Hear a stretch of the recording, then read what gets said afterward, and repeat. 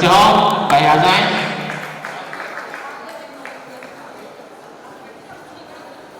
आ जाइए। शीघ्रता से आए। गुरुदेव के मंगल सानिध्य में विमोचन होने जा रहा है 23 दिवसीय कल्याण मंत्र सूत्र विधान और अखंड पाठ के अनुष्ठान का। इस कार्यक्रम में हमारे पंडित परम गुरु सदगुरु पंडितजास विघ्न मंगल करण पूर्ण परम प्रकाश 24 जिन पंजे नमो शांतामाय शिवोय साधक साधुमी रचो पाठ सुखदाय मंगल मूर्ति परम पद पंचधरो ध्यान हरो मंगल विश्व का मंगलमय भगवान मंगल सिंह पद नमो मंगल रहते मंगलकारी से पद सोगंध स्वदे मंगलाचार्य मुनि मंगल गुरु जाय सर्वशांत मंगल करो बंदो परवचकाय मंगल सरस्वती माता का मंगल सिंह मंगलमय मंगल करो हरो साता कर व्यवधि मंगल करण से जग में मंगल हो मंगलनाथ राम सागर को अत पौराणिक दिवस में आपको वचन कमल सर्वक्रम ख्यात भाव जब मैं ससर दक्षिण में स्वामी पुष्पसकार सिंह पुष्पांजलि छिपामी।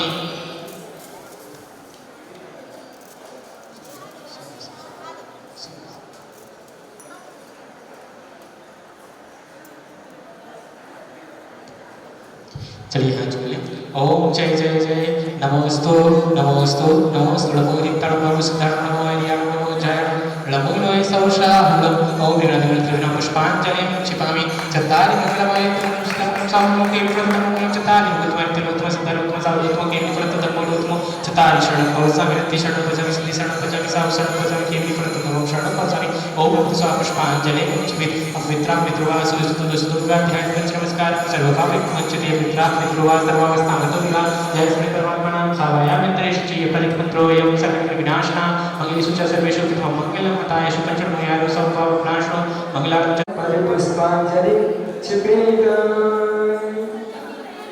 गाने छोड़ के पैदल चलना अच्छा लगता है गाने छोड़ के पैदल चलना अच्छा लगता है ओ मेरे गुरुवर का दरबार मुझको सच्चा लगता है ओ मेरे गुरुवर का दरबार मुझको सच्चा लगता है भक्तों से दबाओ तुम चरणों में शांति मिले रोग रोग मत माने अवसर गुरु भक्ति से सिद्धि दुले भक्ति का निर्मल जले गुरु चरणों में धार करे परम पूज्य आचार्य शिरोमणि दास सिद्ध को वचन करूं ओम ह्रीं परम पुष्प उपसमिता युग प्रतिपवर्त गणाच शिक्षण ब्राह्म सागची महामय तिमय नमः जन्म जन्म तिविनाशनाय जय पार्वती चलो मम्मी चलो इनकी मारी चलो चलो मम्मी चलो इनकी मारी चलो हमें भी सागर जी के पास में चलो चलो मम्मी चलो पापा चलो मम्मी चलो इनकी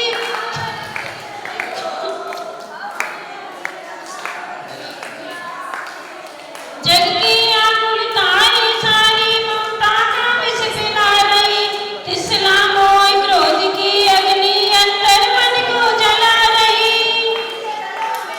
लगना से हुआ नहीं अभी तक मेरा गुरुवर सच्चे मन में वास हुआ अक्षय पद के अक्षत लेकर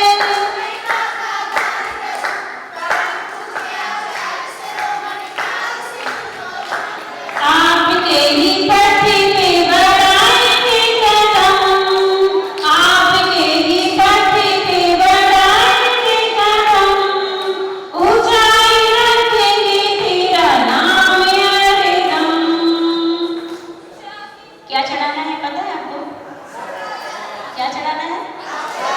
पुष्प तो नहीं चढ़ाना। ओम परम पूज्य श्री संत गणाचार्य गुरुदेव 108 श्री राग सागर जी महाराज जी परिक्यो अक्षय फल प्राप्त है अक्षतम निर्मामति। एक बात पूछूं, अगर कोई अपने घर में एक सदस्य भोजन कर रहा हो, ठीक है, और दूसरा भी बैठा हो, तो क्या उसके खाने पर के दूसरे का पेट भरता है क्या? नहीं भरता ना? नहीं भरता ना? तो देखो आप लोग क्या कर रहे हो कि एक व्यक्ति द्रव्य चढ़ा रहा है और एक हाथ लगा रहा है, पर अंकल ये कि अच्छे हैं, उन्होंने पर्याप्त रखी है अपने पास। क्या रखा है? बहुत सारी द्रव्य रखी है। तो किसी को किसी के हाथ में लगा करके नहीं चढ़ाना है, क्या करना है? अपने हाथ में स्वयं लेकर के थाली में अर्घ्य चढ़ाना है। पलके ही पलके बिछाएंगे जिस दिन प्यारे गुरुवर यहाँ आएंगे। पलके ही पलके बिछाएंगे जिस दिन प्यारे गुरुवर यहाँ आएंगे। मीठे मीठे भजन सुनाएंगे जिस दिन प्यारे गुरुवर यहाँ आएंगे। अब तक जग में भटका गुरुवर भटकी आस वासना से, नहीं कभी भी त्रस्त हुए हम अग्नि की संप्यास से। संप्राप्ति बिलकादिक लेकर काम वासना शमन करो।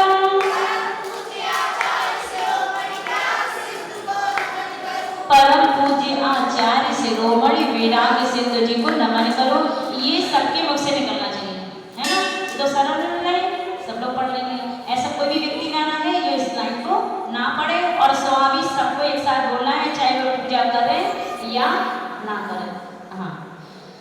और परम पूज्य अध्यात्म योगी गणाचार्य जी स्वामी विराग सागर जी महाराज यदि वर्म्यो काम बाण दर्शनाए पुष्पांजलि भाविनी। सुन लो गुरुवर भक्तों की पुकार सुन लो, सुन लो गुरुवर भक्तों की पुकार सुन लो। सुनते सबकी मेरी बीज के बार सुन लो, सुन लो गुरुवर भक्तों की पुकार सुन लो। सुनते सबकी मेरी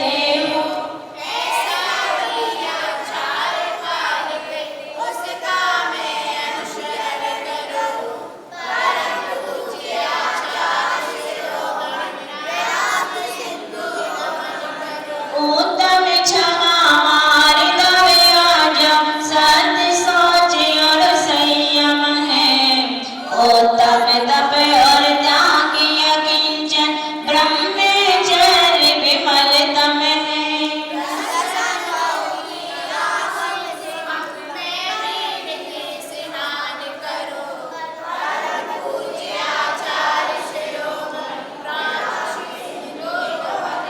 असरण नित्य संसार भावना असुचि कद और अन्य आश्रम संबर निर्जन लोके दुर्लभ बोधिदार महता।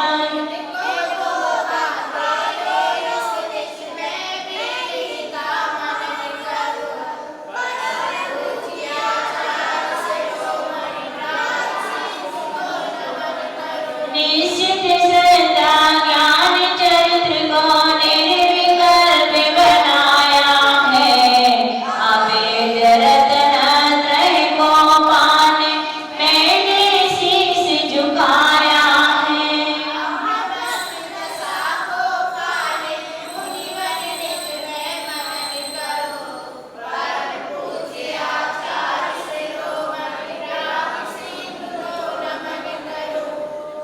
सप्तमी पूजा भक्ति लिखे भक्ति के तो भक्ति भाव से भक्ति कर बांधो भक्तों से तुम चरणों की दास में करके हो अरदास।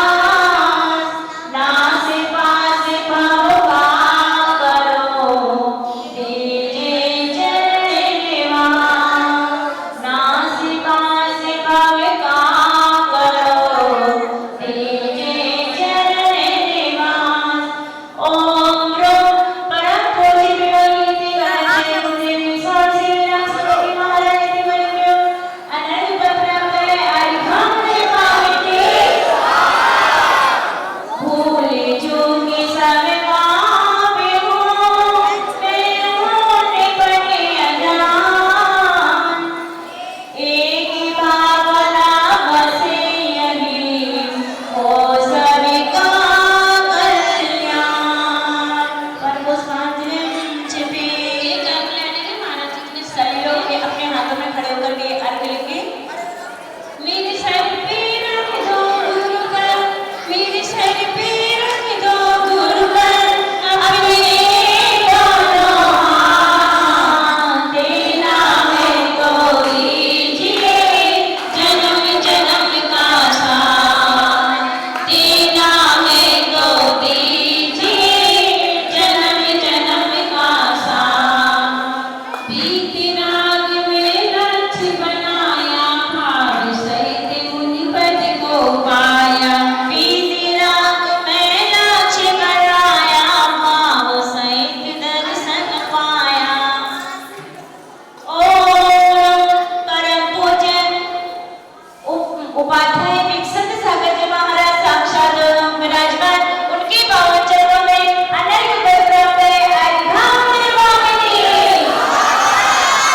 जे उन्हें परम पूज्य राशि संत गणेश जैन गुरुदेव श्रवण श्री विराज सागर जी महामंडल की जे उन्हें परम पूज्य उपाध्याय मुनि सिंह सर विकसित सागर जी महामंडल की अहिंसा वही जैन धर्म की जे उन्हें 24 तीर्थंकर भगवान की। चलिए बाहर ले ले। जाती हूँ मैं तुझको गुनगुनाती हूँ, तुझी को रोज ध्याती हूँ। तेरे ही गीत मैं गुरुवर सुबह और शाम गाती हूँ। तेरे ही गीत मैं गुरुवर सुबह और शाम गाती हूँ। मैं तुझको गुनगुनाती हूँ, तुझी को रोज ध्याती हूँ। मैं तुझको गुनगुनाती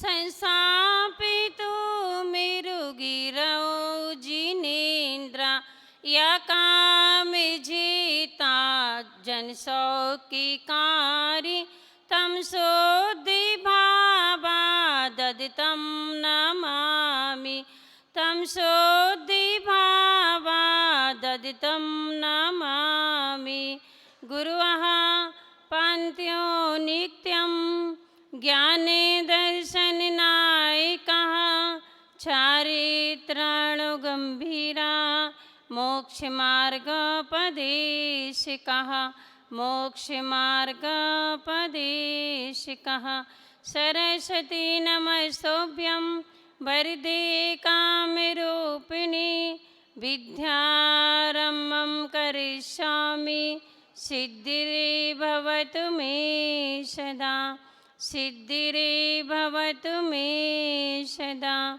सिद्धिरे भवतु मे सदा। जिंदगी दी है तो जीने का हुनर भी देना, पैर बच्चे हैं तो चलने को सफ़र भी देना।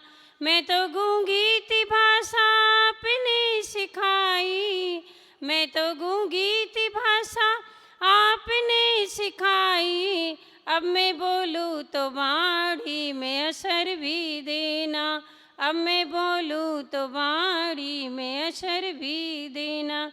जय बोलिए अनंतानंद सिद्ध परमेश्वरी भगवान की, 1000 आदिनाथ भगवान की, अजितनाथ भगवान की, जय 24 तीर्थंकर भगवान की। जय बोलिए परम पूज्याचार्य सर विमल सागर जी महाराज की। जय बोलिए तपस्वी समनाचार्य सन्मति सागर जी महाराज की। जय बोलिए चार्य श्रोमणी गणाचार्य गुरुदेव शिवराज सागर जी महामुनिराज की। अहिंसा जय बोलिए उपाध्याय विक्षंत सागर जी महाराज की। जय बोलिए अहिंसामय विश्व धर्म की।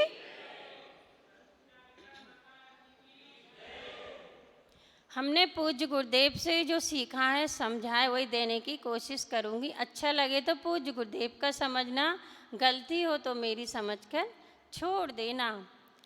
ये आपका ये कौन सा मंदिर है? अजितनाथ भगवान का मंदिर है। मंदिर तो बहुत अच्छा लगा। आप लोग पूजन करने आते हो, अभिषेक करने आते हो, प्रवचन सुनने भी आते हो, हर चीज़ सुनने को आते हो। क्यों आते हो ये तो पता नहीं है। अभिषेक क्यों करते हैं आप सभी लोग? क्यों करते भैया जी? कल्याण करने के लिए। और कोई बताएगा अभिषेक क्यों करते हैं सभी लोग? नहीं पता किसी को? और पूजन क्यों करते हैं? अष्टकर्म को नष्ट करने के लिए। और स्वाध्याय क्यों करते हैं?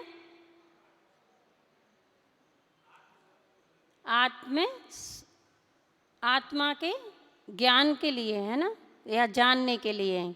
और प्रवचन क्यों सुनते हैं गुरुओं के? नहीं पता? आप लोग पूजन अभिषेक भी करते हो, पूजन भी करते हो, और स्वाध्याय भी सुनते हो, प्रवचन भी सुनते हो। ये क्या करते हैं? भैया ने बोला आत्म कल्याण के लिए, और एक ने क्या बोला? आत्म स्वरूप के लिए। कोई कुछ कुछ बोलता है। ये तो क्या है, अपन को ये नहीं पता पूजन अपन क्यों कर रहे हैं। क्योंकि पूजन आप बोलते नहीं, अपने दादाजी से परंपरा चली आ रही है, माँ बाप करते हैं तो हम भी करते हैं। ये पता नहीं अपन क्यों करते हैं। तो क्यों करते हैं? एक तो पुण्य की प्राप्ति के लिए। क्यों करते हैं? पुण्य की प्राप्ति के लिए और अशुभ से बचने के लिए। अभी प्रायकर व्यक्ति का मन कैसा होता जा रहा है? अशुभ की ओर अधिक रहता है, शुभ की ओर बहुत कम रहता है। मात्र 1 घंटा ही शुभ में लगा होता है और दिन भर कहाँ रहता है? अशुभ की ओर रहता है। आचार्य कुंद महाराज ने अपने पास दो सूत्र रखे हैं, एक शुभ और एक अशुभ। अब आपको सोचना है अपन को क्या करना है, शुभ करना है कि अशुभ करना है। प्रायकर व्यक्ति अशुभ में ही लगा रहता है, दिन रात अशुभ में ही जीता है। अपन को ये नहीं पता मूल अपना धर्म क्या है। सम्यक दर्शन और सम्यक ज्ञान, सम्यक चारित्र। और क्या है मूल? जैसे अपन बड़े बड़े भवन बना लेते हैं, बड़े बड़े बिल्डिंग बना लेते हैं, जब तक उसके नींव नहीं भरेंगे तब तक अपनी बिल्डिंग क्या हो जाती है? धराशायी हो जाती है। यदि हम अपन मजबूत नहीं करेंगे तब तक भवन नहीं बन सकते। जब नींव अपनी मजबूत होगी तब अपने भवन कहीं खड़े हो पाते हैं। उसी प्रकार आचार्य भगवान कहते हैं अपने अंदर जो भगवान के प्रति विश्वास है, श्रद्धा है और समर्पण है, तब अपनी सम्यक दर्शन की नींव क्या होगी? मजबूत होगी। यूँ तो अपन बहुत सारे काम कर लेते हैं लेकिन विश्वास ही नहीं रहता, जहाँ गए वहीं पे सिर झुका देते। ये सिर ऐसा सस्ता नहीं है, अपन जहाँ जाए वहीं सिर को झुका दें। मात्र केवल किसके प्रति झुकाना है अपन को? सिर देव और शासक गुरु के प्रति सच्चा सिर को झुकाना है। धर्म की परिभाषा होते आचार्य महाराज रत्नगंज सापकाचार में लिखते हैं, सदृष्टि ज्ञान वृतानि धर्मम धर्म श्रोविदो यदि अप्रतिनिकानि भवंती भव पद्धति। यानी सम्यक दर्शन, सम्यक ज्ञान और सम्यक चारित्र के लिए अपन क्या दिखाते हैं? सिर दुखाते हैं। और धर्म की परिभाषा क्या बताई आचार्य भगवान ने? जो पापों, जो अपन को सुख में ले जाए और दुख से छुटकारा दुख से सुख में, दुख पापों को नष्ट करे और सुख में ले जाए, उसको क्या कहते हैं? धर्म कहते हैं। धर्म ही अपना मूल है। पूज्य गुरुदेव के पास एक व्यक्ति आया, बहुत गरीब था और बहुत गरीब था। वो बोला कि आचार्य श्री सुख शांति कहाँ पर मिलती है? तो वो एक बार तो देखता रहा। वो बोला, जंगल में जा रहे थे, मुनि महाराज जी क्या कर रहे थे? ध्यान कर रहे थे। जैसे उनका ध्यान पूरा हुआ, वो ध्यान से सुन रहा था कि हम तो इतने हैं, मेरे पास कपड़े हैं, मुनि महाराज तो कैसे हैं? नंगे हैं, उनके पास तो कपड़े भी नहीं है। वो यही सोच रहा था। जब उनका ध्यान पूरा हुआ, बैठा रहा वो। जैसे ध्यान पूरा हुआ, उसने नमोस्तु किया, तो नमोस्तु करते ही उसने धर्म वृद्धि रस्तु आशीर्वाद दिया।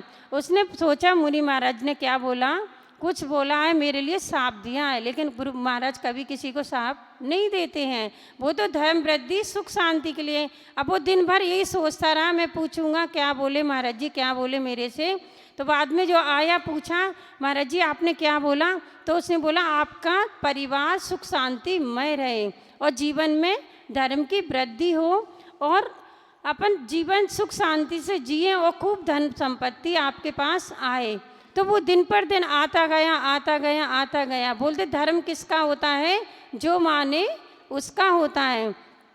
तो उसने धर्म को क्या कर लिया? स्वीकार कर लिया। अब वो रोज आने लगा। उसके भाव कैसे बन गए? मैं भी मुनि महाराज जैसे बने। वो कहाँ गया? वो गया महाराज के चौका में। बोले दिन भर हो गया महाराज जी को बैठे बैठे। उस दिन उनका क्या था? उपास था। तो बैठे बैठे जैसे दूसरे दिन होता है तो वो धीरे धीरे चलता, अरे ये तो इनका तो इतने बड़े बड़े राजा महाराजा पड़घान कर रहे हैं, इनको तो कितना अच्छा खाने को मिल रहा है। तो वो लोग क्या समझे, ये भैया जी होंगे। वो चौका में साथ में चला जाता है। तो उसने जैसे मुनि महाराज जी के आहार हो जाते हैं, तो उसके महाराज जी के आहार हो जाते हैं, तो फिर वो बाद में बैठा रहता है। तो सभी ने क्या बोला, भैया जी भोजन कर लो। सब क्या समझने लगे, वो कौन है? भैया जी हैं। तो देखो अपनी सत्य संगति में आकर बिगड़े बिगड़े व्यक्ति भी क्या हो जाते हैं? समझ जाते हैं। उसकी भी धीरे धीरे किसकी इच्छा होने लगी कि मैं भी मुनि महाराज जैसे बनूं और उनके जैसे बनने अपने जीवन भी अच्छा निकालूं, ऐसा उनका भाव होने लगा। वो कुछ भी, उसको अनपढ़ था, जैन धर्म के बारे में कुछ भी नहीं पता था। उसको ये मालूम था कि जैन धर्म तो कौन का है? जैनों का है। नहीं, ऐसा नहीं है, जो माने उसका है। आप लोग भी जयकारा लगाते हो ना, तब बोलते हो कि जो माने उसका है। तो धीरे धीरे बोला, धर्म करत संसार सुख, धर्म करत निर्माण, धर्म पंथ साधे मुना नर त्रियंच समान। जो धर्म करता है उसको क्या होता है? धर्म करत एक दिन धर्मात्मा बन जाता है। और जो धर्म का पालन नहीं करता वो नरक त्रियंच पशु के समान होता है। एक राजा थे, उनकी इच्छा थी, बहुत बड़े बड़े वो सपने देखते थे। आपके कोई टीकमगढ़ के होंगे, उन्हें मेला ऐसा भवन बने किसी का ना हो। तो वो बड़े बड़े मिस्त्री को बुलवाता है, बड़े बड़े कारीगर को बुलवाता है कि मेरा भवन भी ऐसा बने किसी का ना हो, ऐसी डिजाइन बने किसी की ना हो, ऐसा भवन मेरा बने। उनका भवन बन गया। कितने खंड का बना? 6 खंड का बन गया। और जब उद्घाटन की बेला आई, उस समय उनने बहुत बड़े बड़े लोगों को बुलाया और बोला मेरा भवन बताइए कैसा बना। सभी लोग तारीफ कर रहे थे उसके भवन की। राजा के भवन की सभी लोग तारीफ कर रहे थे। उनका एक मित्र था, आध्यात्मिक प्रेमी था और धर्मात्मा था। मित्र कौन होता है? जो अपन को संभाले, संभाले दुखों के दिन में सहायता करे, वह क्या होता है? मित्र होता है। तो उसने बोला, महाराजा मैं आपको बताती हूँ, आपके भवन में 3 कमियाँ हैं। अब राजा क्या पड़ जाते, सोच में पड़ जाते हैं। सभी लोग तो तारीफ कर रहे हैं कि मेरा भवन बहुत अच्छा है, ऐसा किसी का ना हो। आप लोगों की इच्छा होती ना, ऐसा मेरे मकान हो, किसी का ना हो, ऐसी डिजाइन हो किसी की ना हो, सबसे हटकर हो, ऐसी उन्होंने सोचा था राजा ने। तो जैसे उद्घाटन का समय आया, सभी लोग आए उन्होंने यहाँ। मित्र ने बोला कि आपके भवन में कितनी कमी है? 3 कमियाँ हैं। तो बोले सभी लोग तो तारीफ कर रहे, बहुत अच्छा बना, बहुत अच्छा बना, आप तो बोले कि 3 कमियाँ हैं।